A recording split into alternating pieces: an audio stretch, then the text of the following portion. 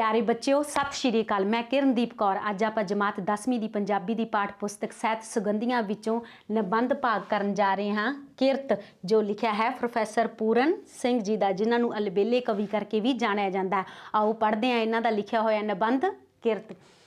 किरत प्यार ते मित्रता के होर दिव्य गुणां नूं अपने विच अवेश रूप विच परुछण लई ते फिर अपने अंदर धारण करन लई ते मोड़ उन्हां नूं अंदर बाहर एक मालती दे फुੱਲ वांग सुगंधी खलेरन लई आदमी नूं कदी निकम्मा नहीं रहना चाहिदा। जिस दे हत्थ विच किरत नहीं वो निकम्मा आदमी है और वो कदी उच्च जीवन के मरमां नूं अनुभव नहीं कर सकदा। हुण मालती दे फुੱਲ चमेली दे फुੱਲ दी एक जात है। मालती दे फुੱਲ किसनूं कहंदे आ प्यारे बच्चों? चमेली दे फुੱਲ दी एक जात, फुੱਲ दी एक जात। मरमां भेदां, हाँ जी प्यारे बच्चों, इस विच आपां नूं प्रोफैसर पूरन सिंह जी की कह रहे हैं ना, प्यार ते मित्रता दे होर दैवी गुणां नूं अपने अंदर धारण करना, फिर अपने अंदरों बाहर कढ़ के उसकी सुगंधी नूं बखेरना, अपने अंदरों बाहर उसकी सुगंधी मालती दे फुੱਲ की तरह सुगंधी नूं खलेरना। खलेरन विच कदे भी आदमी नूं वेला नहीं रहना चाहिदा। उसनूं इसनूं खलेरन की हर कोशिश करनी चाहिए है। किहड़े गुणां नूं? प्यार ते मित्रता वाले गुणां नूं। जिस दे हत्थ विच किरत नहीं वो किहो जिहा आदमी है? निकम्मा है। और ते वो कदी भी जीवन के उच्च भेदां नूं हासिल नहीं कर सकदा, छू नहीं सकदा। ये बंदा जिहड़ा सहज सुभाਅ अपने काम विच 8 पैर ही ध्यान नाल लगा है, उसनूं माड़े चितवन ते कंगालता दे पामर कर्म दी करन दी वेल नहीं लगदी। सियाणियां जो ये कहा है कि निकम्मा मन शैतान दी अपनी टकसाल हो जाता है, इस कथन विच बड़ा सच भरिया होया है। हाँ जी, पामर की हुंदा? कमीनेपन वालियां गल्लां, कमीनेपन वालियां गल्लां। हुण सियाणे ने की क्या है कि जिहड़ा निकम्मा मन हुंदा है, जिहड़ा वेला मन हुंदा है, वो किस दी टकसाल बन जाता है? शैतानियां दी। जदों कहंदे टकसाल हुंदा है जिथे काफ़ी मात्रा विच सिक्के घटे जाते हैं, उन्हां नूं की कहंदे? टकसाल कहंदे आ। हुण इत्थे किस चीज़ की टकसाल होगी? जिथे वो निकम्मा वेला बंदा अपने मन के अंदर किस चीज़ नूं घड़दा रहिंदा है? शैतानियां नूं, चलाकियां नूं घड़दा रहिंदा है। ते जिहड़ा किरती बंदा हुंदा है ओहदा सहज सुभाਅ अपने काम विच 8 पैर, 4 पैर दिन दे 4 पैर रात दे 8 पैर लग्या रहिंदा है। उसनूं कदे भी माड़ियां गल्लां सोचण दी, कमीनेपन वालियां गल्लां सोचण दी वेल ही नहीं लगदी। हुण तुसीं अपने देश ते जापान दे देश दा जे मुकाबला करो तद पता लगदा है कि उत्थे किसे नूं मन घड़त ख्यालां ते विचारां दी कूड़ी ज्ञान गोदड़ी दियां मानसिक चंचलता दियां खेडां करन दी वेल नहीं। ਉਹ चित्रवत अपने ਕੰਮਾਂ ਵਿੱਚ ਲੱਗੇ ਰਹਿੰਦੇ ਹਨ। ਹੁਣ ਇੱਥੇ ਕੀ ਹੋ ਰਿਹਾ? ਆਪਣੇ ਦੇਸ਼ ਨੂੰ ਦੇਖੋ ਤੇ ਜਾਪਾਨ ਦੇਸ਼ ਨੂੰ ਦੇਖੋ। ਕਹਿੰਦੇ ਉੱਥੇ ਜਿਹੜਾ ਜਾਪਾਨ ਦਾ ਜੇ ਤੁਲਨਾ ਕਰੋ, ਮੁਕਾਬਲਾ ਕਰੋ, तुलना करो, ਜਿਹੜੇ जापान ਦੇ ਲੋਕ ਹਨ ਕਹਿੰਦੇ ਉਹਨਾਂ ਨੂੰ ਮਨ ਘੜਤ ਵਿਚਾਰ ਆਪਣੇ ਮਨ ਦੇ ਵਿੱਚ ਲੈ ਕੇ ਆਉਣ ਦੀ ਵੇਲ ਹੀ ਨਹੀਂ। ਕਿਉਂ ਵੇਲ ਹੈ ਨਹੀਂ? ਕਹਿੰਦੇ ਉਹ ਨਿਤ ਆਪਣੇ ਕੰਮ ਵਿੱਚ ਲੱਗੇ ਰਹਿੰਦੇ ਆ ਅੰਤਰ ਧਿਆਨ ਹੋ ਕੇ। ਠੀਕ ਹੈ, ਉਹਨਾਂ ਕੋਲ ਮਾਨਸਿਕ ਚੰਚਲਤਾ ਦੀ कूड़ी ज्ञान गोदड़ी दी, कूड़ी झूठे ज्ञान दियां फालतू दियां गोदड़ी दियां फालतू दियां गल्लां करन दी कोई वेल ही नहीं है। वो अंतर ध्यान होके अपने काम विच लगे रहंदे हन। एक तरखान जो अपने हत्थ नाल लकड़ी नूं रूप दे रहा है, एक लोहार जो गर्म लोहे नूं साध रहा है, एक चित्रकार जिहड़ा ध्यान विच किसी देखी चीज़ नूं अमर कर रहा है, भावें वो सिर्फ रंग रूप ते प्रभाव नूं अमर कर रहा है। ਉਹਨਾਂ ਨੂੰ ਅਥਕ ਕਿਰਤ ਕਰਨ ਥੀ ਉਪਜੀ ਸਹਿਜ ਸਮਾਧੀ ਦੇ ਸੁੱਖ ਥੀ ਵੇਲ ਹੋ ਹੀ ਨਹੀਂ ਸਕਦੀ ਕਿ ਉਹ ਕਿਸੇ ਦਵੈਤ ਤੇ ਦੁੱਖ ਦੇ ਨਿਕੰਮੇ ਵਾਦ ਵਿਵਾਦ ਵਿੱਚ ਪੈਣ। ਉਹ ਗੱਲਾਂ ਕਰਨ ਵਾਲਿਆਂ ਨੂੰ ਕੁਝ ਪਾਗਲ ਸਮਝਦੇ ਹਨ। ਹੁਣ ਉੱਥੇ ਦੇਖੋ ਜਿਵੇਂ ਇੱਕ ਕਿਰਤੀ ਹੈ, ਜਿਹੜਾ ਤਰਖਾਣ ਹੈ ਉਹ ਲੱਕੜੀ ਨੂੰ ਰੂਪ ਦੇ ਰਿਹਾ, ਲੋਹਾ ਕੌਣ ਸਾਧ ਲਿਆ ਰਿਹਾ ਹੈ? ਲੋਹਾਰ। ਤੇ ਇੱਕ ਚਿੱਤਰਕਾਰ ਬੜੇ ਧਿਆਨ ਨਾਲ ਆਪਣੀ ਕਿਸੇ ਦੇਖੀ ਚੀਜ਼, ਕੋਈ ਦੇਖੀ ਹੈ ਉਸਨੇ ਚੀਜ਼, ਉਸ ਵਿੱਚ ਰੰਗ ਭਰ ਰਿਹਾ, ਉਸ ਨੂੰ ਰੂਪ ਦੇ ਰਿਹਾ, ਉਸ ਨੂੰ ਅਮਰ ਕਰ ਰਿਹਾ ਆਪਣੀ ਕਲਾ ਦੇ ਨਾਲ। ਕਹਿੰਦੇ ਉਹ ਸਿਰਫ ਆਪਣੀ ਕਿਸ ਵਿੱਚ ਚੀਜ਼ ਵਿੱਚ ਲੱਗੇ ਹੋਏ ਆ ਪਿਆਰੇ ਬੱਚਿਓ? ਅਣਥੱਕ ਮਿਹਨਤ ਵਿੱਚ ਲੱਗੇ ਹੋਏ ਆ। ਜਦੋਂ ਤੁਸੀਂ ਵੀ ਕਿਸੇ ਕੰਮ ਨੂੰ ਬੜੀ ਹੀ ਨਿਮਰਤਾ ਨਾਲ, ਸਾਦਗੀ ਨਾਲ, ਬੜੇ ਹੀ ਦਿਲ ਨਾਲ ਕਰਦੇ ਹੋ, ਤੁਹਾਨੂੰ ਵੀ ਚਾਰ ਚੁਫੇਰੇ ਦੀ ਕੋਈ ਸੁੱਝ ਨਹੀਂ ਨਾ ਰਹਿੰਦੀ ਵੀ ਚਾਰ ਚੁਫੇਰੇ ਕੀ ਹੋ ਰਿਹਾ। ਉਸੇ ਤਰ੍ਹਾਂ ਇਹ ਕੰਮ ਕਰਨ ਵਾਲਿਆਂ ਨੂੰ ਵੀ ਆਪਣੇ ਚਾਰ ਚੁਫੇਰੇ ਦੀ ਕੋਈ ਸੁੱਝ ਨਹੀਂ ਰਹਿੰਦੀ ਵੀ ਕੀ ਹੋ ਰਿਹਾ। ਸਿਰਫ ਉਹਨਾਂ ਦਾ ਧਿਆਨ ਕਿੱਥੇ ਆ ਪਿਆਰੇ ਬੱਚਿਓ, ਕਿਰਤ ਕਰਨ ਤੇ ਆਪਣੇ ਕੰਮ ਕਰਨ ਤੇ। ਉਹ ਸਹਿਜ ਸਮਾਧੀ ਦੇ ਸੁੱਖ ਥੀ ਵੇਲ ਨਹੀਂ ਹੈ ਉਹਨਾਂ ਨੂੰ, ਉਹਨੂੰ ਸਹਿਜ ਸਮਾਧੀ ਜਿਹੜੀ ਮਿਲੀ ਹੈ ਆਪਣੇ ਕੰਮ ਦੀ ਵਿੱਚ ਲੱਗੇ ਹੋਏ ਹੈ, ਉਹਨਾਂ ਨੂੰ ਉਹਨਾਂ ਤੋਂ ਹੀ ਵੇਲ ਨਹੀਂ ਹੈ। ਉਹ ਕਿਸੇ ਦਵੈਤ ਤੇ ਦੁੱਖ ਦੇ ਨਕੰਮੇ ਵਾਦ ਵਿਵਾਦ ਵਿੱਚ ਪੈਣ, ਉਹ ਗੱਲਾਂ ਕਰਨ ਵਾਲਿਆਂ ਨੂੰ ਕੁਛ ਪਾਗਲ ਸਮਝਦੇ ਹਨ। ਹੁਣ ਉਹਨਾਂ ਕੋਲ ਇਹ ਵੇਲ ਨਹੀਂ ਕਿਸੇ ਦੇ ਵਾਦ ਵਿਵਾਦ ਵਿੱਚ, ਕਿਸੇ ਬਹਿਸ ਵਿੱਚ ਪੈਣ, ਕੋਈ ਨਕੰਮੇਪਨ ਵਿੱਚ ਜਾ ਕੇ ਉਹ ਸ਼ਾਮਲ ਹੋਣ। ਉਹ ਤਾਂ ਸਗੋਂ ਜਿਹੜੇ ਇਹੋ ਜਿਹੀਆਂ ਵਿਹਲੀਆਂ ਗੱਲਾਂ ਕਰਦੇ ਹਨ ਉਹਨਾਂ ਨੂੰ ਪਾਗਲ ਸਮਝਦੇ ਹਨ। ਉਹ ਸਮਾਂ ਜਿਹੜਾ ਨੈਣ ਪ੍ਰਾਣਾ ਨਾਲ ਕੁਝ ਸਾਧ ਸਕਦਾ ਹੈ, ਉਹ ਵਿਅਰਥ ਨਿਕੰਮੇ ਮਨ ਦੇ ਭੋਰੇ ਖਿਆਲ, ਉਡਾਰੀਆਂ, ਮਸਲੇਬਾਜ਼ੀਆਂ, ਰੱਬ ਹੈ ਨਹੀਂ ਹੈ, ਚਿੱਟਾ ਹੈ ਕਾਲਾ ਹੈ ਆਦਿ ਵਿੱਚ ਵਜਾਣ ਕਿਹੜੀ ਸਿਆਣਪ ਹੈ। ਵਜਾਣਾ ਗਵਾਉਣਾ,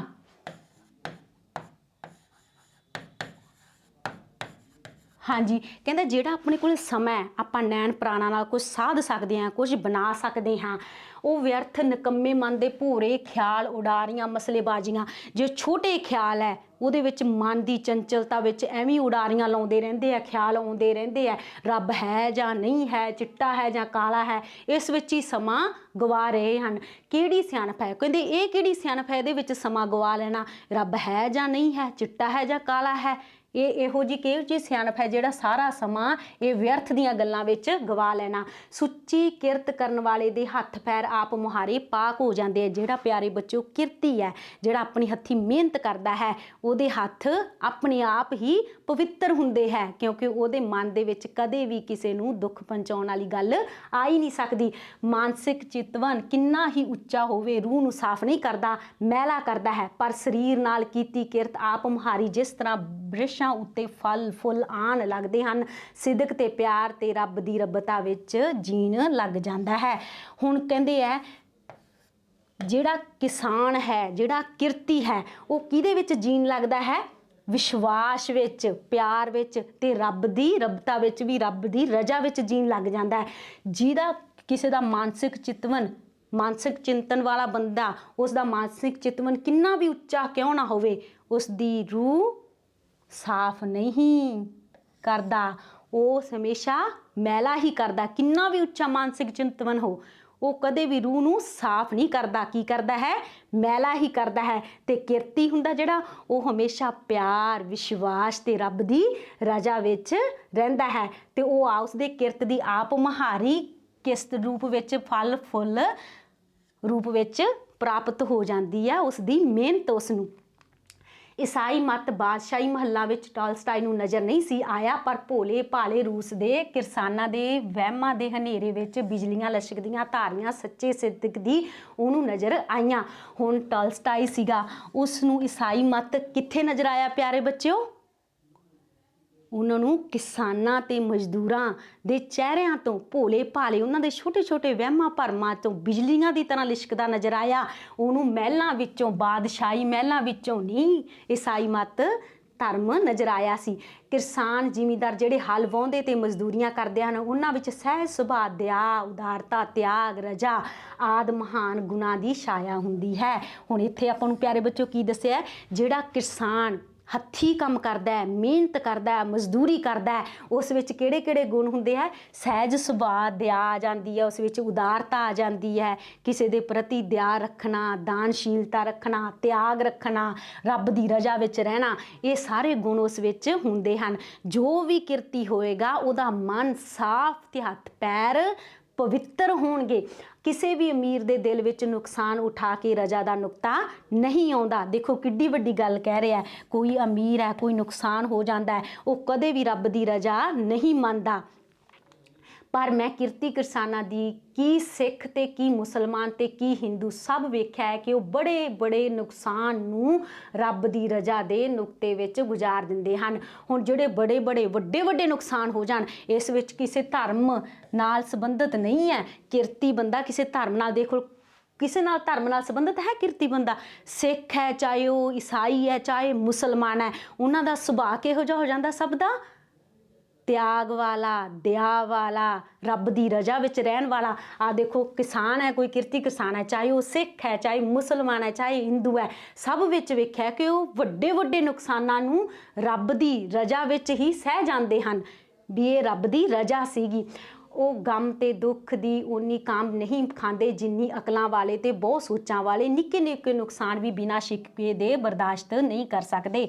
ਉਹ ਦੁੱਖ ਤੇ ਗਮ ਦੀ ਇੰਨੀ ਮਾਰ ਨਹੀਂ ਖਾਂਦੇ। ਤੇ ਕਿਉਂ ਨਹੀਂ ਖਾਂਦੇ? ਕਿਉਂਕਿ ਉਹਨਾਂ ਨੂੰ ਰੱਬ ਦੀ ਰਜਾ ਵਿੱਚ ਜੀਣਾ ਆਉਂਦਾ ਹੈ। ਚਾਹੇ ਉਹਨਾਂ ਦੀ ਫਸਲ ਹੈ, ਕਈ ਵਾਰੀ ਫਸਲ ਬਰਬਾਦ ਹੋ ਜਾਂਦੀ ਹੈ, ਉਹਨਾਂ ਨੇ ਇੰਨੀ ਮਿਹਨਤ ਨਾਲ ਬੋਈ ਹੁੰਦੀ ਹੈ, ਫਿਰ ਉਗਦੀ ਹੈ, ਜਦੋਂ ਕੱਟਣ ਵਾਲੀ ਹੁੰਦੀ ਹੈ ਪੱਕ ਜਾਂਦੀ ਹੈ। ਕਈ ਵਾਰੀ ਮੀਂਹ ਹਨੇਰੀ ਇੰਨਾ ਆ ਜਾਂਦਾ, ਫਿਰ ਵੀ ਉਹ ਸਹਿ ਲੈਂਦੇ ਹੈ। ਕਿਉਂ? ਉਹ ਕਦੇ ਸ਼ਿਕਵਾ ਕਰਦੇ ਵੀ ਇਸ ਤਾਂ ਇੰਨੀ ਮਿਹਨਤ ਕੀਤੀ ਸੀ। ਕਹਿੰਦੇ ਸ਼ਿਕਵਾ ਕੌਣ ਕਰਦੇ ਆ? ਜਿੰਨੀਆਂ ਅਕਲਾਂ ਵਾਲੇ ਤੇ ਬਹੁਤ ਸੋਚਾਂ ਵਾਲੇ ਨਿੱਕੇ ਨਿੱਕੇ ਨੁਕਸਾਨ ਵੀ ਬਿਨਾਂ ਸ਼ਿਕਵੇ ਤੋਂ ਬਰਦਾਸ਼ਤ ਨਹੀਂ ਕਰਦੇ। ਜਿੰਨੇ ਵੱਡੀਆਂ ਅਕਲਾਂ ਵਾਲੇ ਲੋਕ ਹੈ ਉਹ ਹਰ ਟਾਈਮ ਸ਼ਿਕਵਾ ਹੀ ਕਰਦੇ ਰਹਿੰਦੇ ਹੈ ਤੇ ਉਹ ਕੋਈ ਵੀ ਨੁਕਸਾਨ ਹੈ ਬਿਨਾਂ ਸ਼ਿਕਵੇ ਤੋਂ ਬਰਦਾਸ਼ਤ ਨਹੀਂ ਕਰਦੇ, ਕਰ ਹੀ ਨਹੀਂ ਸਕਦੇ। ਤੇ ਖਲਵਾੜੇ ਵਿੱਚ ਬੈਠਾ ਕਿਸਾਨ ਜਿਸ ਖੁੱਲ੍ਹ ਦਿਲ ਤੇ ਉਦਾਰਤਾ ਨਾਲ ਦਾਨ ਕਰਦਾ ਹੈ ਉਹ ਅਕਲ ਵਾਲਾ ਤੇ ਸੋਚਾਂ ਵਾਲਾ ਮਾਨਸਿਕ ਆਦਮੀ ਨਹੀਂ ਕਰ ਸਕਦਾ।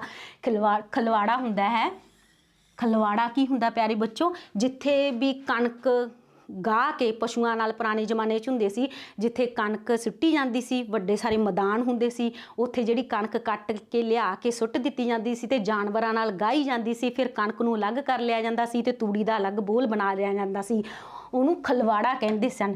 ਤੇ ਉਹ ਖਲਵਾੜੇ ਵਿੱਚ ਕੌਣ ਬੈਠਦਾ ਸੀਗਾ? ਕਿਸਾਨ ਬੈਠਦਾ ਸੀ। ਉੱਥੇ ਬੈਠ ਕੇ ਉਹ ਖੁੱਲ੍ਹ ਦਿਲੀ ਨਾਲ ਦਾਨ ਕਰਦਾ ਸੀ। ਉਹ ਇੱਕ ਅਕਲ ਵਾਲਾ ਤੇ ਸੋਚ, ਮਾਨਸਿਕ ਉੱਚੀ ਸੋਚ ਵਾਲਾ ਵਿਅਕਤੀ ਉਹਨਾਂ ਦਾਨ ਨਹੀਂ ਕਰ ਸਕਦਾ ਜਿੰਨਾ ਇੱਕ ਕਿਸਾਨ ਖੁੱਲ੍ਹ ਦਿਲੀ ਨਾਲ ਦਾਨ ਕਰਦਾ ਹੈ।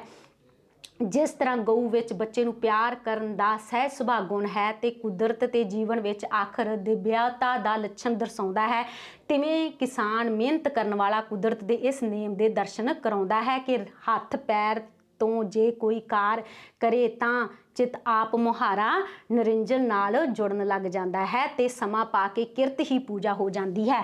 ਹੁਣ ਕਹਿੰਦੇ ਜਿਸ ਤਰ੍ਹਾਂ ਇੱਕ ਗਊ ਹੈ, ਗਾਂ ਹੈ, ਆਪਦੇ ਬੱਚੇ ਨੂੰ ਪਿਆਰ ਕਰਦੀ ਹੈ, ਉਸ ਵਿੱਚ ਇਹ ਸਹਿਜ ਸੁਭਾਅਤਾ ਦਾ ਗੁਣ ਕਿਵੇਂ ਹੈ? ਕੁਦਰਤੀ ਗੁਣ ਹੈ ਤੇ ਉਸ ਦੇ ਦੈਵੀ ਗੁਣਾਂ ਦੇ ਲੱਛਣਾਂ ਨੂੰ ਦਰਸਾਉਂਦਾ ਹੈ। ਆਪਣੇ ਬੱਚੇ ਨਾਲ ਪਿਆਰ ਕਰਨਾ, ਇੱਕ ਗਾਂ ਦਾ ਆਪਦੇ ਬੱਚੇ ਨਾਲ ਪਿਆਰ ਕਰਨਾ ਇੱਕ ਕੁਦਰਤੀ ਗੁਣ ਹੈ, ਉਸ ਦੇ ਦੈਵੀ ਗੁਣਾਂ ਨੂੰ ਦਰਸਾਉਂਦਾ ਹੈ। ਤਿਵੇਂ ਹੀ ਕੀ ਕਰਦਾ ਹੈ? ਕਿਸਾਨ ਮਿਹਨਤ ਕਰਨ ਵਾਲਾ ਕੁਦਰਤ ਦੇ ਇਸ ਨੇਮ ਦੇ ਦਰਸ਼ਨ ਕਰਾਉਂਦਾ ਹੈ। ਆਪਾਂ ਇਹੋ ਜਿਹੇ ਗੁਣਾਂ ਦੇ ਦਰਸ਼ਨ ਆਪਾਂ ਕਿੱਥੋਂ ਕਰ ਸਕਦੇ ਹਾਂ? ਇਹੋ ਜਿਹੇ ਦੈਵੀ ਗੁਣਾਂ ਦੇ ਦਰਸ਼ਨ ਆਪਾਂ ਕਿਸਾਨ ਦੀ ਮਿਹਨਤ ਕਰਨ ਵਾਲਾ ਜਿਹੜਾ ਬੰਦਾ ਹੁੰਦਾ ਹੈ, ਕਿਸਾਨ ਹੈ, ਉਸ ਦੀ ਮਿਹਨਤ 'ਚੋਂ ਹੀ ਐਸੇ ਦਰਸ਼ਨ ਕਰ ਸਕਦੇ ਹਾਂ ਕਿ ਹੱਥ ਪੈਰ ਤੋਂ ਜੇ ਕੋਈ ਕਾਰ ਕਰੇ ਤਾਂ ਆਪ ਮੁਹਾਰੇ। ਜਿਹੜਾ ਬੰਦਾ ਆਪਣੀ ਹੱਥਾਂ ਨਾਲ ਕਿਰਤ ਕਰਦਾ ਹੈ ਉਸ ਦੇ ਆਪ ਮੁਹਾਰੇ ਹੀ ਕਿਸ ਨਾਲ ਜੁੜਦਾ ਹੈ? ਨਿਰੰਜਨ ਪਰਮਾਤਮਾ ਨਾਲ ਜੁੜ ਜਾਂਦਾ ਹੈ ਤੇ ਸਮਾਂ ਹੌਲੀ ਹੌਲੀ ਸਮਾਂ ਪੈਂਦਾ ਜਾਂਦਾ ਹੈ। ਜੁੜੇ ਹੋਏ ਪਰਮਾਤਮਾ ਨਾਲ ਜਿਹੜਾ ਕਿਰਤੀ ਵਿਅਕਤੀ ਪਰਮਾਤਮਾ ਨਾਲ ਜੁੜਦਾ, ਆਪਣੀ ਹੱਥੀਂ ਪੈਰੀ ਕੰਮ ਕਰਦਾ ਹੈ ਤੇ ਫਿਰ ਉਹਦੀ ਪੂਜਾ ਕੀ ਬਣ ਜਾਂਦੀ ਹੈ? ਕਿਰਤ ਹੀ ਉਸ ਦੀ ਪੂਜਾ ਬਣ ਜਾਂਦੀ ਹੈ। ਕਾਰਲਾਈਲ ਨੇ ਠੀਕ ਵਚਨ ਕੀਤਾ ਹੈ ਕਿ ਇਹੋ ਜਿਹੀ ਰਜਾ ਸਹਿਜ ਸੁਭਾਅ ਰੱਬਤਾ ਦੀ ਚੁੱਪ ਸਿਦਕ ਵਿੱਚ ਜੀਂਦੀ ਥੀਂਦੀ ਕਿਰਤ ਰੱਬ ਦੀ ਪੂਜਾ ਤੁਲਿਆ ਹੈ। ਹੁਣ ਕਾਰਲਾਈਲ ਵੀ ਕੀ ਕਹਿ ਰਿਹਾ ਹੈ? ਵੀ ਸੱਚੀ ਸੁੱਚੀ ਜਿਹੜੀ ਕਿਰਤ ਹੈ, ਰੱਬ ਦੀ ਰਜਾ ਵਿੱਚ ਰਹਿ ਕੇ ਕੀਤੀ ਹੋਈ ਕਿਰਤ ਹੀ ਰੱਬ ਦੀ ਪੂਜਾ ਦੇ ਸਮਾਨ ਹੈ। ਇਹ ਦੱਸਣ ਦੀ ਕੀ ਲੋੜ ਹੈ ਕਿ ਸਮੁੰਦਰ ਵਿੱਚ ਕੋਰਲ ਕੀੜੇ ਨਿੱਕੀ ਕਿਰਤ ਨਾਲ ਪਹਾੜ ਖੜੇ ਕਰ ਦਿੰਦੇ ਹਨ ਤੇ ਸਮੁੰਦਰਾਂ ਵਿੱਚ ਕੋਰਲ ਟਾਪੂ ਬਣ ਜਾਂਦੇ ਹਨ। ਨਿੱਕਾ ਜਿਹਾ ਕੀੜਾ ਹੁੰਦਾ ਸਮੁੰਦਰ 'ਚ, ਉਹਦਾ ਨਾਂ ਕੋਰਲ ਕੀੜਾ ਹੁੰਦਾ ਹੈ। ਉਹ ਆਪਣੀ ਜਿਹੜੀ ਦਿਨ ਰਾਤ ਮਿਹਨਤ ਕਰਦੇ ਰਹਿੰਦੇ ਹਨ, ਕਿਰਤ ਕਰਦੇ ਰਹਿੰਦੇ ਹਨ, ਪਹਾੜ ਖੜੇ ਕਰ ਦਿੰਦੇ ਆ, ਇੱਕ ਟਾਪੂ ਬਣ ਜਾਂਦੇ ਆ, ਉਹਨਾਂ ਦੇ ਨਾਂ 'ਤੇ ਕੋਰਲ ਟਾਪੂ। ਸੋ ਕਿਰਤੀ ਦਾ ਇੱਕ ਇਹ ਵੀ ਸੁਭਾਅ ਹੁੰਦਾ ਹੈ ਕਿ ਉਹ ਨਿਰਮਾਣ ਹੋ ਕੇ ਲੱਗਾ ਰਹਿੰਦਾ ਹੈ ਤੇ ਉਹਦੇ ਕੰਮ ਵਿੱਚ ਬਰਕਤ ਪਾਉਣ ਵਾਲਾ ਕੋਈ ਹੋਰ ਹੁੰਦਾ ਹੈ।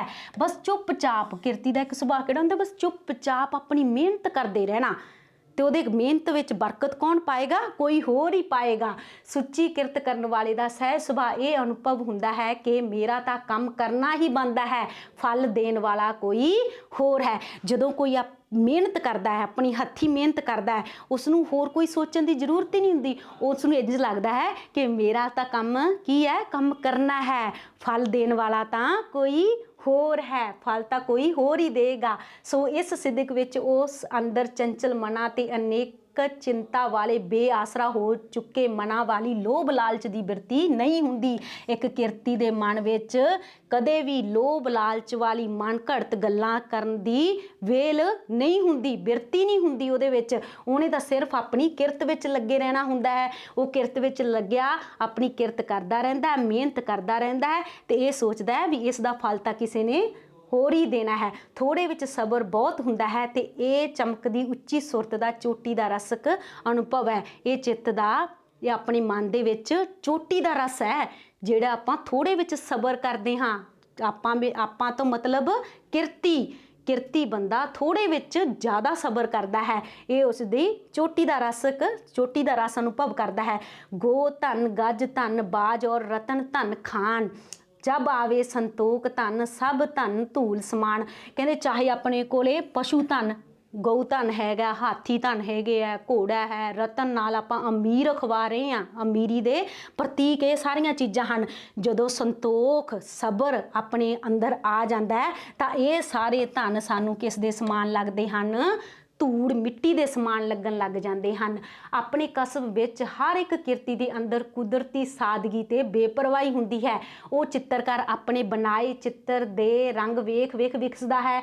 उहनूं कित्थे फुरसत है कि वो अपने कपड़ियां दी सलवटां वल तके जां अपने खुद बन गए वैरियां दीयां चोटां दा ख्याल करे। हुण एक किरती है, उस विच किहड़ा गुण होएगा, सादगी ते बेपरवाही दा गुण होएगा। हुण किवें होएगा भी जिवें मान लो एक चित्रकार चित्र बना रहा है तो उहदे विच रंग भर रहा है, अपने रंगां नूं वेख वेख के विकसदा है, खुश हो रहा है, विकस रहा है, खुश हो रहा है। उसनूं कित्थे वेल है, फुरसत है कि वो अपने कपड़ियां वल देखे। हुण बच्चों अगर तुसी मेहनत कर रहे हो, कोई काम कर रहे हो पूरी लगन नाल, तुहानूं ये फुरसत हुंदी है, तुहानूं कोई ये वेल हुंदी है कि आसे पासे की हो रहा, साडे बारे की सोच रहा, साडे कपड़े किहो जे पाए है, साडे बूट किहो जे पाए है। उसे तरह एक किरती बंदे नूं चार चफेरे दी कोई फिक्र नहीं हुंदी, सिर्फ उहनूं किस वल दी फिक्र हुंदी है, सिर्फ अपनी किरत दी, भी वो किरत वो काम अपने हत्थां नाल किस तरह कर रहा है। जिस तरह एक चित्रकार नूं अपने कपड़ियां विच पए वलां दी कोई परवाह नहीं, अपने खुद बन गए वैरियां दीयां चोटां दा ख्याल करे, ना ही उसनूं ये ख्याल आउंदा दिमाग विच कि कोई उसदा वैरी बनिया होया, उसते उपर व्यंग कस रहा है, चोट ला रहा है। नशे विच आदमी दुनिया दे अपने चुगिरदे दी की परवाह करदा है। सो काम विच लगे आदमी सहजे ही कुछ आपे दा रस मानदे हन और वो निंदिया उस्तत दोहां थी अतीत जिहे हुंदे हन। ते रस किरतां नूं छड्ड भी दईए सधारण सुच्ची हत्थां पैरां दी किरत ते कसब वाले आप विच बच्चे वांग अबोझ अवस्था विच टिके रहिंदे हन। हुण कहंदे उसनूं अपनी किरत दा इन्ना नशा हुंदा है कि उसनूं दुनिया दी आपदे आसे पासे दी कोई परवाह नहीं हुंदी। जिहड़ा काम विच लग्या हुंदा है इंसान आदमी, उहदे विच सहजे ही कुछ आपे दा रस मानन दा अनुभव हो जाता भी मैं हुण जिहड़ा किरती कर रहा है वो सहजे ही उस आपदे आप नाल ही उस अपने द्वारा कीती हुई किरत नूं मानदा रहिंदा है। वो निंदिया उस्तत तो कोई उहदी निंदिया कर रहा है, कोई उसकी प्रशंसा कर रहा है, बहुत अतीत बहुत ही दूर हुंदा है, अतीत बहुत ही दूर हुंदा है, बहुत ही दूर हुंदा है। निंदिया तो प्रशंसा तो उस्तत तो प्रशंसा तो बहुत ही दूर हुंदा है। ते रसक किरतां नूं छड्ड भी दईए सधारण जिहड़े सच्ची सुच्ची किरत हत्थे पैरी करदे हन किरत, वो भी अपनी कसब विच अपने कित्ते विच इस तरह के होंगे है जिस तरह बच्चे भोले होंगे आ, उन्होंने भी आसे पासे की कोई परवाह नहीं, अपनी अडोल अवस्था में टिके रहते हैं, अपनी सच्ची सुच्ची किरत करते रहते हैं। एक अमीर एक वैरी मोटर ते जा रहा सी, मैं विच बैठा सा ते अगे एक बुढ़ा गरीब ग्वालियर का किसान ठुमक ठुमक अपनी लै विच जा रहा सीगा। मोटर की टक्कर लग गई, मोटर वाला सज्जे ते वो खब्बे होआ, उस खब्बे परताई ते वो सज्जे होया। इस घबराहट विच टक्कर उहनूं लगी, गरीब किरती ढह गया। अमीर ने मोटर खड़ी कीती, वो इउं पिया सी जिवें किसी बिरछ नूं टक्कर लगी सी, कुछ भी नहीं कुआ। असां समझिया टंग टुट गई ते हस्पताल लै गए। वो डॉक्टर अगे भी इउं पै गया जिवें कोई लठ हुंदी है। डॉक्टर ने हिला चला के वेख्या ते कहा टुटिया कुछ नहीं है। हुण इस पैरे चों आपां नूं प्यारे बच्चों की पता लग्या भी एक अमीर बंदा मोटर ते जा रहा सी, मोटर गड्डी ते जा रहा सी, ते एक ग्वालियर दा किरसान सी वो ठुमक ठुमक अपनी किरती बंदा सी अपनी चाल ते जा रहा सी। कहंदा मोटर दी टक्कर लग गई, वो डिग पे ते वो मोटर वाला उतरे ते ਉਹਦੇ ਵਿੱਚੋਂ ਉਸ ਨੂੰ ਪਾਇਆ ਤੇ ਹਸਪਤਾਲ ਲੈ ਗਏ। ਤੇ ਉਹ ਕਿਸ ਤਰ੍ਹਾਂ ਪਿਆ ਸੀ ਜਿਵੇਂ ਕੋਈ ਉਹ ਬ੍ਰਿਸ਼ ਨੂੰ ਟੱਕਰ ਲੱਗੀ ਸੀ ਤੇ ਉਹ ਇਉਂ ਪਿਆ ਸੀਗਾ। ਤੇ ਉਸ ਨੇ ਜਦੋਂ ਡਾਕਟਰ ਕੋਲੇ ਗਏ, ਡਾਕਟਰ ਨੇ ਹਿਲਾ ਚਲਾ ਕੇ ਦੇਖਿਆ, ਕੋਈ ਟੰਗ ਵਗੈਰਾ ਨੇ ਤਾਂ ਨਹੀਂ ਟੁੱਟੀ, ਕੁਛ ਨਹੀਂ ਟੁੱਟਿਆ ਹੋਇਆ ਸੀ, ਲੱਤ ਵਗੈਰਾ ਕੁਛ ਨਹੀਂ ਟੁੱਟੀ ਹੋਈ ਸੀ। ਉਹ ਡਾਕਟਰ ਨੇ ਹਿਲਾ ਚਲਾ ਕੇ ਵੇਖਿਆ ਤਾਂ ਕੁਛ ਵੀ ਨਹੀਂ ਟੁੱਟਿਆ ਸੀ। ਉਹ ਕਿਰਤੀ ਬੰਦਾ ਸੀ, ਚੁੱਪਚਾਪ ਪਿਆ ਰਿਹਾ, ਨਾ ਕੋਈ ਉਹਨੇ ਰੌਲਾ ਪਾਇਆ, ਨਾ ਕੋਈ ਸ਼ਿਕਵੇ, ਨਾ ਕੋਈ ਸ਼ਿਕਾਇਤ ਕੀਤੀ। ਉਸ ਬੇਜਾਨ ਨੇ ਨਾ ਕੋਈ ਸ਼ਿਕਾਇਤ ਕੀਤੀ, ਨਾ ਕੁਝ ਕੁਝਾ ਵੀ ਕੋਈ ਸ਼ਿਕਵਾ ਨਹੀਂ ਕੀਤਾ, ਕੋਈ ਸ਼ਿਕਾਇਤ ਨਹੀਂ, ਕੁਝ ਨਹੀਂ ਆਖਿਆ। ਜੇ ਕੋਈ ਅਨੇਕ ਚਿੰਤਨ ਵਾਲਾ ਹੁੰਦਾ ਤਾਂ ਹੋਰ ਕੁਝ ਨਹੀਂ, ਤਦ ਸ਼ਾਕੀ ਤਾਂ ਜ਼ਰੂਰ ਹੁੰਦਾ। ਸ਼ਾਕੀ ਮੀਨ ਸ਼ਿਕਵਾ ਤਾਂ ਜ਼ਰੂਰ ਹੀ ਕਰਦਾ, ਸ਼ਿਕਾਇਤ ਤਾਂ ਜ਼ਰੂਰ ਹੀ ਕਰਦਾ। ਕਹਿੰਦਾ ਉਹ ਭੋਲਾ ਭਾਲਾ ਸੀ, ਉਸਨੇ ਕੋਈ ਸ਼ਿਕਾਇਤ ਨਹੀਂ ਕੀਤੀ, ਨਾ ਹੀ ਕੋਈ ਸ਼ਿਕਵਾ ਕੀਤਾ, ਨਾ ਹੀ ਕੁਝ ਬੋਲਿਆ। ਤੇ ਜੇ ਕੋਈ ਮਾਨਸਿਕ ਚਿੰਤਨ ਵਾਲਾ ਹੁੰਦਾ, ਅਨੇਕ ਚਿੰਤਨ ਵਾਲਾ, ਉੱਚੀ ਸੋਚ ਵਾਲਾ ਹੁੰਦਾ, ਉਹ ਸ਼ਿਕਾਇਤ ਤਾਂ ਜ਼ਰੂਰ ਹੀ ਕਰਦਾ। ਇਹ ਸ਼ਿਕਵਾ ਵੀ ਨਾ ਕਰਨਾ ਕੋਈ ਜਹਾਲਤ ਦੀ ਗੱਲ ਨਹੀਂ ਹੈ। ਬੇਸਮਝੀ ਜਹਾਲਤ ਹੁੰਦਾ, ਬੇਸਮਝੀ। ਕਹਿੰਦੇ ਇਹ ਜਿਹੜਾ ਉਹਨੇ ਕੋਈ ਸ਼ਿਕਾਇਤ ਨਹੀਂ ਕੀਤੀ, ਇਹ ਕੋਈ ਬੇਸਮਝੀ ਵਾਲੀ ਗੱਲ ਨਹੀਂ ਹੈ ਵੀ ਉਸ ਦੇ ਟੱਕਰ ਲੱਗੀ ਸੀ ਕਿਸਾਨ ਦੇ, ਗਵਾਲੀਅਰ ਦਾ ਕਿਸਾਨ ਸੀ, ਡਿੱਗ ਪਿਆ। ਜੋ ਡਾਕਟਰ ਨੇ ਹਿਲਾ ਚਲਾ ਕੇ ਦੇਖਿਆ ਵੀ ਕੁਛ ਨਹੀਂ ਟੁੱਟਿਆ, ਉਹ ਬੇਜਾਨ ਵੀ ਕੁਛ ਵੀ ਨਹੀਂ ਬੋਲਿਆ, ਵੀ ਚੁੱਪਚਾਪ ਪਿਆ ਰਿਹਾ, ਕੋਈ ਸ਼ਿਕਵਾ ਨਹੀਂ, ਕੋਈ ਸ਼ਿਕਾਇਤ ਨਹੀਂ ਕੀਤੀ। ਕਹਿੰਦੇ ਇਹ ਸ਼ਿਕਵਾ ਵੀ ਨਾ ਕਰਨਾ ਕੋਈ ਜਹਾਲਤ ਵਾਲੀ, ਬੇਸਮਝੀ ਵਾਲੀ ਗੱਲ ਨਹੀਂ ਹੈ। ਇਹ ਕਿਰਤ ਦੁਆਰਾ ਸਹਿਜ ਸੁਭਾਅ ਟਿਕੇ ਭਾਵੇਂ ਭੋਲੇ ਭਾਵ ਵਿੱਚ ਟਿਕੇ ਮਨ ਦਾ ਲੱਛਣ ਹੈ। ਕਹਿੰਦੇ ਜਿਹੜੇ ਕਿਰਤ ਕਰਦਾ ਹੈ ਉਹਦੇ ਸਹਿਜ ਸੁਭਾਅ ਵਿੱਚ ਟਿਕਿਆ ਹੈ, ਇਹੀ ਉਸ ਦਾ ਲੱਛਣ ਹੈ ਵੀ ਉਸਨੇ ਕੋਈ ਸ਼ਿਕਾਇਤ ਨਹੀਂ ਕੀਤੀ, ਕੋਈ ਸ਼ਿਕਵਾ ਨਹੀਂ ਕੀਤਾ। ਸੋ ਸੁੱਚੀ ਕਿਰਤ ਜ਼ਰੂਰ ਰੱਬ ਦੀ ਪੂਜਾ ਹੈ, ਕਿਉਂਕਿ ਸਾਧ ਤੇ ਕਿਰਤੀ ਦੇ ਲੱਛਣ ਮਿਲਦੇ ਹਨ। ਹੁਣ ਸੱਚੀ ਸੁੱਚੀ ਕਿਰਤ ਕਿਸ ਦੀ ਪੂਜਾ ਹੈ ਪਿਆਰੇ ਬੱਚਿਓ? ਰੱਬ ਦੀ ਪੂਜਾ ਹੈ। ਤੇ ਕਿਰਤੀ ਦੇ ਲੱਛਣ ਕਿਸ ਨਾਲ ਮਿਲਦੇ ਹਨ? ਸਾਧ ਨਾਲ ਮਿਲਦੇ ਹਨ। ਜਦ ਅਮੀਰ ਲੋਕ ਹੱਦ ਥੀ ਵੱਧ ਅਤਿਆਚਾਰ ਕਰਦੇ ਹਨ, ਤਦ ਰੱਬ ਵੱਲੋਂ ਹੀ ਕੋਈ ਤੂਫਾਨ ਸੁਸਾਇਟੀ ਵਿੱਚ ਆਉਂਦਾ ਹੈ, ਜਿਹੜਾ ਸੁਸਾਇਟੀ ਦੀ ਜ਼ਮੀਨ ਉੱਚੀ ਨੀਚੀ ਪੈਲੀ ਵਿੱਚ ਕਰਾਹ ਫੇਰਦਾ ਹੈ ਤੇ ਬੰਨੇ ਚੰਟੇ ਵੱਟ ਟੋਏ ਨੂੰ ਇੱਕ ਬਰਾਬਰ ਕਰ ਦਿੰਦਾ ਹੈ। ਜਦੋਂ ਜ਼ਿਆਦਾ ਅਤਿਆਚਾਰ ਵੱਧ ਜਾਏ ਸਮਾਜ ਵਿੱਚ ਤਾਂ ਫਿਰ ਰੱਬ ਵੱਲੋਂ ਹੀ ਕੋਈ ਤੂਫਾਨ ਆਉਂਦਾ ਹੈ। ਫਿਰ ਉੱਚੇ ਬੰਨੇ, ਨੀਵੇਂ ਬੰਨੇ ਵੀ ਜਿਹੜੇ ਜ਼ਿਆਦਾ ਅਤਿਆਚਾਰ ਕਰਨ ਵਾਲੇ ਹੁੰਦੇ ਆ, ਅਤਿਆਚਾਰ ਸਹਿਣ ਵਾਲੇ ਹੁੰਦੇ ਆ, ਉਹਨਾਂ ਨੂੰ ਇਹੋ ਜਿਹਾ ਤੂਫਾਨ ਆਉਂਦਾ ਹੈ ਕਿ ਬਰਾਬਰ ਕਰ ਦਿੰਦਾ ਹੈ। ਯੂਰਪ ਵਿੱਚ ਕਈ ਵਾਰੀ ਇਹ ਹੋਇਆ, ਪਰ ਫਿਰ ਵੀ ਮੁੜ ਗੱਲ ਸਮਾਂ ਪਾ ਕੇ ਉੱਥੇ ਹੀ ਆ ਟਿਕਦੀ ਹੈ।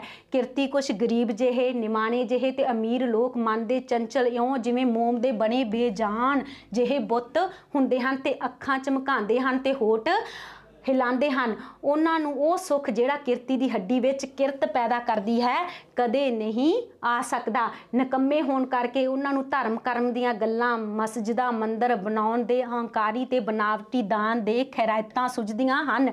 ਉਹਨਾਂ ਨੂੰ ਅਗਰ ਵਿਸ਼ੇ ਦੇ ਕੀੜੇ ਕਿਹਾ ਜਾਏ ਤਦ ਸਧਾਰਨ ਉਹਨਾਂ ਦੀ ਸੁਰਤ ਦੀ ਹਾਲਤ ਦਾ ਵਰਣਨ ਹੋਏਗਾ। ਹੁਣ ਇੱਕ ਕਿਰਤੀ ਬੰਦਾ ਕਿਸ ਤਰ੍ਹਾਂ ਸੁੱਖ ਪ੍ਰਾਪਤ ਕਰਦਾ ਹੈ ਤੇ ਅਮੀਰ ਬੰਦਾ ਕਿਉਂ ਨਹੀਂ ਸੁੱਖ ਪ੍ਰਾਪਤ ਕਰ ਸਕਦਾ, ਇਸ ਬਾਰੇ ਦੱਸਿਆ ਗਿਆ ਹੈ। ਜਿਹੜਾ ਗਰੀਬ ਕਿਰਤੀ ਕਿਸਾਨ ਹੈ ਉਹ ਭੋਲੇ ਭਾਲੇ ਨਿਮਾਣੇ ਜਿਹੇ ਹੁੰਦੇ ਹੈ ਤੇ ਸਾਦਗੀ 'ਚ ਰਹਿੰਦੇ ਹੈ। ਉਹਨਾਂ ਨੂੰ ਉਹ ਸੁੱਖ ਪ੍ਰਾਪਤ ਹੋ ਜਾਂਦਾ ਹੈ ਜਿਹੜਾ ਕਿ ਅਮੀਰ ਲੋਕ, ਅਮੀਰ ਚੰਚਲ ਬੇਜਾਨ ਅਮੀਰਾਂ ਵੀ ਨਹੀਂ, ਅਮੀਰਾਂ ਵਾਲੇ ਲੋਕ ਵੀ ਪ੍ਰਾਪਤ ਨਹੀਂ ਕਰ ਸਕਦੇ, ਜਿਹੜਾ ਇੱਕ ਭੋਲਾ ਭਾਲਾ ਕਿਸਾਨ ਸੁੱਖ ਪ੍ਰਾਪਤ ਕਰ ਲੈਂਦਾ ਹੈ। ਇੱਕ ਨਿਕੰਮਾ ਅਮੀਰ ਵਿਅਕਤੀ ਸਿਰਫ ਕੀ ਕਰਦਾ ਹੈ?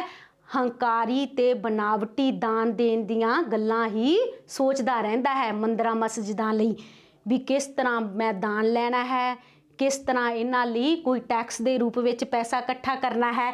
ਉਹੀ ਮਨ ਘੜਤ ਗੱਲਾਂ ਘੜਦਾ ਰਹਿੰਦਾ ਹੈ, ਬਣਾਉਂਦਾ ਰਹਿੰਦਾ ਹੈ। ਜਾਂ ਕਿਰਤੀ ਸੁੱਚਾ ਜਾਂ ਅਵੇਸ਼ ਗਰਭਤ ਸਾਧ, ਬਸ ਦੋ ਬੰਦੇ ਇਸ ਦੁਨੀਆ ਦੇ ਸਹਿਜ ਸੁਭਾਅ ਦੇ ਵੀ ਗੁਣਾਂ ਦੇ ਪ੍ਰਕਾਸ਼ਨ ਹੁੰਦੇ ਹਨ। ਇੱਕ ਤਾਂ ਕਿਰਤੀ ਬੰਦਾ ਹੁੰਦਾ ਹੈ, ਇੱਕ ਸਾਧ ਜਿਹਦੇ ਵਿੱਚ ਭਰਿਆ ਹੁੰਦਾ ਹੈ ਜਜ਼ਬੇ ਨਾਲ। ਅਵੇਸ਼ ਹੁੰਦਾ ਜਜ਼ਬਾ, ਗਰਭਤ ਹੋਣਾ, ਭਰਿਆ ਹੋਣਾ। ਇੱਕ ਸਾਦਗੀ ਸੁੱਚਤਾ ਦੇ ਜਜ਼ਬੇ ਨਾਲ ਭਰਿਆ ਹੁੰਦਾ ਹੈ। ਇੱਕ ਕਿਰਤੀ ਹੁੰਦਾ ਹੈ, ਇੱਕ ਸਾਧ ਬੰਦਾ ਹੁੰਦਾ ਹੈ। ਬਸ ਦੋ ਬੰਦੇ ਇਸ ਦੁਨੀਆ ਦੇ ਸਹਿਜ ਸੁਭਾਅ ਦੇਵੀ ਗੁਣਾਂ ਦੇ ਪ੍ਰਕਾਸ਼ਨ ਹੁੰਦੇ ਹਨ। ਇਹਨਾਂ ਦੋ ਬੰਦਿਆਂ 'ਚ ਉਹੀ ਦੇਵੀ ਗੁਣਾਂ ਦੇ ਪ੍ਰਕਾਸ਼ ਆਪਾਂ ਦੇਖ ਸਕਦੇ ਹਨ। ਔਰ ਉਹਨਾਂ ਦੇ ਉਹ ਗੁਣ ਆਪ ਮੁਹਾਰੇ ਇਉਂ ਚਮਕਦੇ ਹਨ ਜਿਸ ਤਰ੍ਹਾਂ ਇਸ ਠਹਿਰੇ ਗਗਨ ਵਿੱਚ ਸੂਰਜ ਦੀ ਜੋਤੀ। ਉਸ ਦੀ ਕਿਰਤ ਸਦਾ ਰਸਕ ਕਿਰਤ ਹੈ, ਜਿਸ ਦਾ ਦਿਸਣ ਵਾਲਾ ਰੂਪ ਕੇਵਲ ਬਸ ਜੀਵਨ ਰੋਹ ਚਲਾਉਣ ਵਾਲਾ ਦਰਸ਼ਨ ਹੈ। ਤੇ ਕਲਾ ਕੌਸ਼ਲ ਆਰਟ ਕਵਿਤਾ ਆਦਿ ਉਸ ਦੇ ਦਰਸ਼ਨ ਦੇ ਚਾਨਣ ਰੂਪ ਹਨ।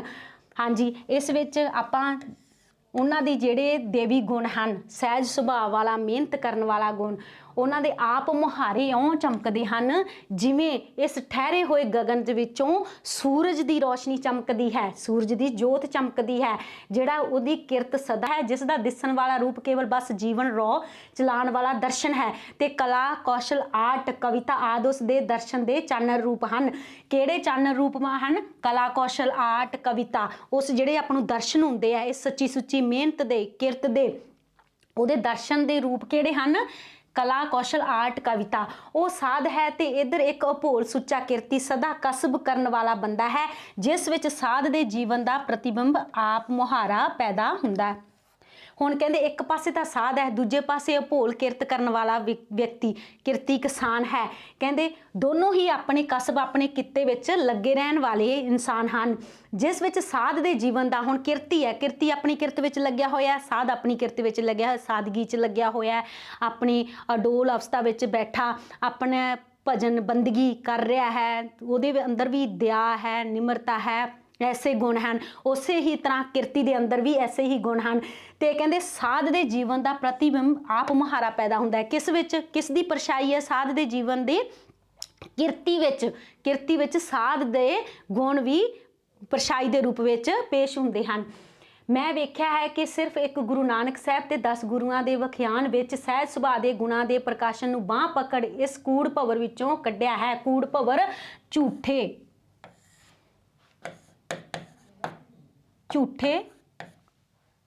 ਭਵਰ ਘੁੰਮਣ ਘੇਰੀਆਂ, ਘੁੰਮਣ ਘੇਰੀਆਂ। ਹੁਣ ਇਹਦੇ ਵਿੱਚ ਪ੍ਰੋਫੈਸਰ ਪੂਰਨ ਸਿੰਘ ਜੀ ਕੀ ਕਹਿ ਰਹੇ ਹੈ ਕਿ ਮੈਂ ਵੇਖਿਆ ਕਿ ਇੱਕ ਗੁਰੂ ਨਾਨਕ ਸਾਹਿਬ ਤੇ 10 ਗੁਰੂਆਂ ਨੇ ਜੋ ਵਿਖਿਆਨ ਦਿੱਤਾ ਹੈ, ਜੋ ਸਿੱਖਿਆਵਾਂ ਦਿੱਤੀਆਂ ਹਨ, ਤੇ ਸਹਿਜ ਸੁਭਾਅ ਦੇ ਗੁਣਾਂ ਦੇ ਪ੍ਰਕਾਸ਼ਨ ਨੂੰ, ਸਹਿਜ ਸੁਭਾਅ ਦੇ ਗੁਣ ਨੂੰ ਇਸ ਕੂੜ ਭਵਰ ਵਿੱਚੋਂ ਕਿਸ ਤਰ੍ਹਾਂ ਕੱਢਿਆ ਹੈ? ਬਾਂਹ ਪਕੜ ਕੇ ਕੱਢਿਆ ਹੈ ਝੂਠੇ ਘੁੰਮਣ ਘੇਰੀਆਂ ਵਿੱਚੋਂ। ਉਹਨਾਂ ਦੇ ਦਰਬਾਰ ਵਿੱਚ ਇੱਕ ਪਾਸੇ ਸੁੱਚੀ ਕਿਰਤ ਨੈਣ ਪ੍ਰਾਣਾ ਦੀ ਦਸਾਂ ਨੂੰਹਾਂ ਦੀ ਮਿਹਨਤ ਦੀ ਕਦਰ ਹੈ ਤੇ ਦੂਜੇ ਪਾਸੇ ਪੂਰਨ ਬ੍ਰਹਮ ਗਿਆਨੀ ਅਕ੍ਰਹਿ ਰਸਕ ਕਿਰਤ ਵਾਲੇ ਸਾਧੂ ਦੀ ਚੁੱਪ ਕਿਰਤ ਤੇ ਪੁਰਾਣ ਦਰਸ਼ਨ ਦੀ ਸਿਫਤ ਹੈ। ਇੱਕ ਪਾਸੇ ਤਾਂ ਉਹਨਾਂ ਦੇ ਦਰਬਾਰ ਵਿੱਚ ਕਿਸ ਦੀ ਕਦਰ ਹੈ? ਜਿਹੜਾ ਦਸਾਂ ਨੂੰਹਾਂ ਦੀ ਕਿਰਤ ਕਰਦਾ ਹੈ, ਉਸ ਦੀ ਕਦਰ ਹੈ। ਦੂਜੇ ਪਾਸੇ ਉਹ ਬ੍ਰਹਮ ਗਿਆਨੀ ਜੋ ਅਡੋਲ ਅਕ੍ਰਹਿ ਅਡੋਲ ਅਵਸਥਾ ਵਿੱਚ ਟਿਕਿਆ ਹੋਇਆ ਹੈ, ਕਿਰਤ ਕਰ ਰਿਹਾ ਹੈ ਤੇ ਪੁਰਾਣ ਦੇ ਦਰਸ਼ਨਾਂ ਦੀ ਸਿਫਤ ਸਲਾਹ ਕਰ ਰਿਹਾ ਹੈ, ਉਸ ਦੀ ਸਿਫਤ ਹੈ। ਤੇ ਸੁਸਾਇਟੀ ਮਨੁੱਖ ਦੀ ਜੜ ਤਾਂ ਕਿਰਤੀ ਦੀ ਕਿਰਤ ਤੇ ਚੋਟੀ ਦਾ ਫਲ ਸਾਧ ਦਾ ਵਜੂਦ ਦੱਸਿਆ ਹੈ। ਹੁਣ ਜੋ ਸੁਸਾਇਟੀ ਹੈ ਉਸ ਵਿੱਚ ਮਨੁੱਖ ਦੀ ਜੜ ਕਿਸ ਰੂਪ ਵਿੱਚ ਹੈ? ਕਿਰਤੀ ਦੇ ਰੂਪ ਵਿੱਚ ਹੈ। ਇੱਕ ਮਨੁੱਖ ਹੈ ਸੁਸਾਇਟੀ ਵਿੱਚ, ਉਸ ਦੀ ਜੜ ਕਿਸ ਰੂਪ ਵਿੱਚ ਲੱਗਦੀ ਹੈ? ਇੱਕ ਕਿਰਤੀ ਦੇ ਰੂਪ ਵਿੱਚ ਲੱਗਦੀ ਹੈ। ਸਮਾਜ ਵਿੱਚ ਜੜ ਉਸ ਦੀ ਕਿਰਤੀ ਦੇ ਰੂਪ ਵਿੱਚ ਲੱਗਦੀ ਹੈ। ਫਿਰ ਉਹ ਜੜ ਤੋਂ ਫਿਰ ਉਹ ਇੱਕ ਪੌਦਾ ਬਣਦਾ ਹੈ, ਰੁੱਖ ਬਣਦਾ ਹੈ ਤੇ ਫਲ ਦੇ ਰੂਪ ਵਿੱਚ ਉਸ ਕਿਰਤੀ ਦੀ ਕਿਰਤ ਤੇ ਚੋਟੀ ਦਾ ਫਲ ਸਾਧ ਦਾ ਵਜੂਦ ਦੱਸਿਆ ਗਿਆ ਹੈ। ਜਿਹੜਾ ਉਸ ਦੇ ਉੱਪਰ ਕਿਰਤੀ ਦੀ ਕਿਰਤ ਤੇ ਚੋਟੀ ਦਾ ਫਲ ਲੱਗਦਾ ਨਾ, ਉਹ ਸਾਧ ਦਾ ਵਜੂਦ, ਜੀਵਨ, ਸਰੀਰ ਦੱਸਿਆ ਗਿਆ ਹੈ। ਇਸ ਦੀ ਛੁੱਟ ਸਭ ਕਰਮ ਧਰਮ ਪਖੰਡ ਜੋ ਦਿਸੇ ਤਿਨ ਜਮ ਜਗਾਤੀ ਲੂਟੇ।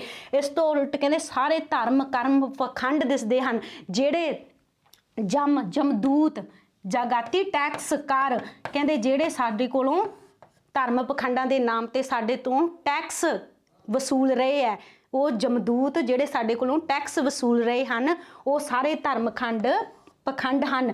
ਇਹਨਾਂ ਨੂੰ ਸਾਨੂੰ ਲੁੱਟ ਰਹੇ ਹਨ। ਇਹਨਾਂ ਨੂੰ ਕੂੜੇ ਵਾਂਗ ਬੁਹਾਰੀ ਦੇ ਆਪਣੇ ਮੰਦਰ ਥੀ ਬਾਹਰ ਸੁੱਟੇ ਹਨ। ਕਹਿੰਦੇ ਇਸ ਨੂੰ ਕੂੜੇ ਦੇ ਵਾਂਗ ਬਾਹਰੀ ਦੇ ਕੇ, ਬੌਕਰ ਬਾਹਰੀ ਦੇ ਕੇ, ਜਿਵੇਂ ਕੂੜੇ ਨੂੰ ਆਪਾਂ ਬੌਕਰ ਨਾਲ ਬਾਹਰ ਕੱਢਦੇ ਹਾਂ, ਮੰਦਰਾਂ ਤੋਂ ਬਾਹਰ ਸੁੱਟਿਆ।